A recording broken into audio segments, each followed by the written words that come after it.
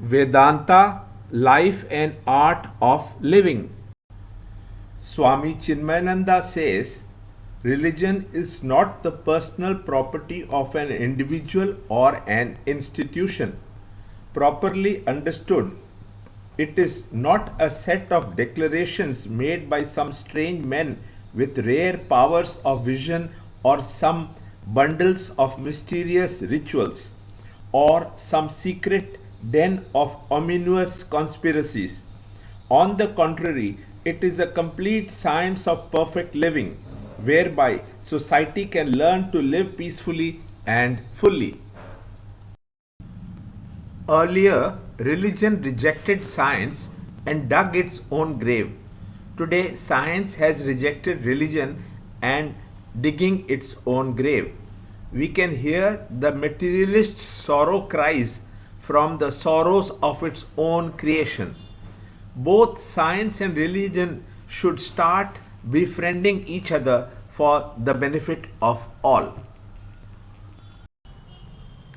The scientific approach of science vitalizes religion.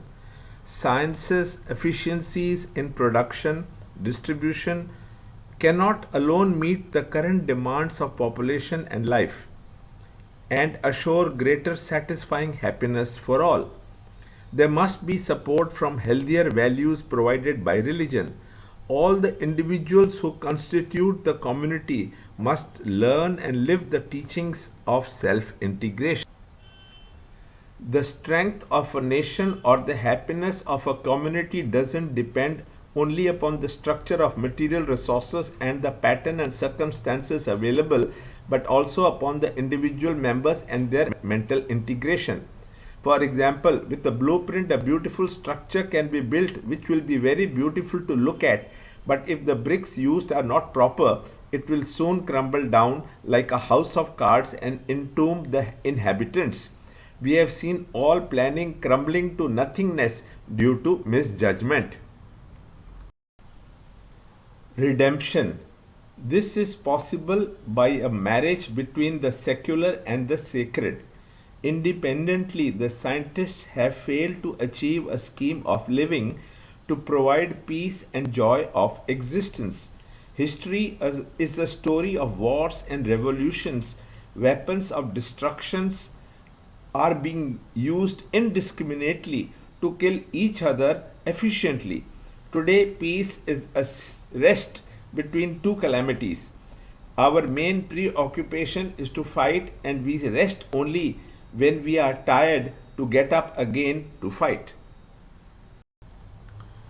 If we view life as a whole and try to understand the problems from the higher perspective, we find all problems are due to ignorance in us.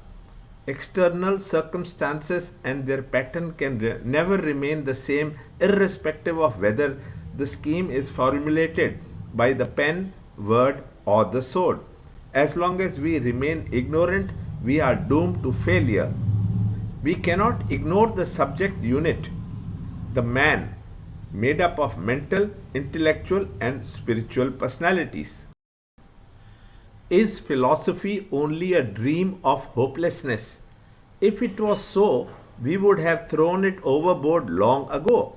Philosophy is the optimistic call to man to re educate and live a fuller life of noble endeavors based on more enduring values. There is a need for an inner revolution. The mind and intellect have to be controlled to find the equipoise in all circumstances, all ups and downs. Our religious masters have laid down the technique to be adopted to achieve this inner transformation. Their aim was to discover the fundamental and the absolute reality in life. Our religious masters worked hard to minutely observe, patiently analyze, and tirelessly record that an experience consists of three fundamental factors. 1. The subject, the experiencer.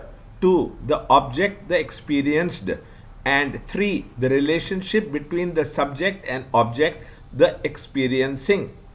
Where any of the three is absent, an experience cannot take place, just as in the absence of any one of the three components of the atom, it must necessarily disintegrate.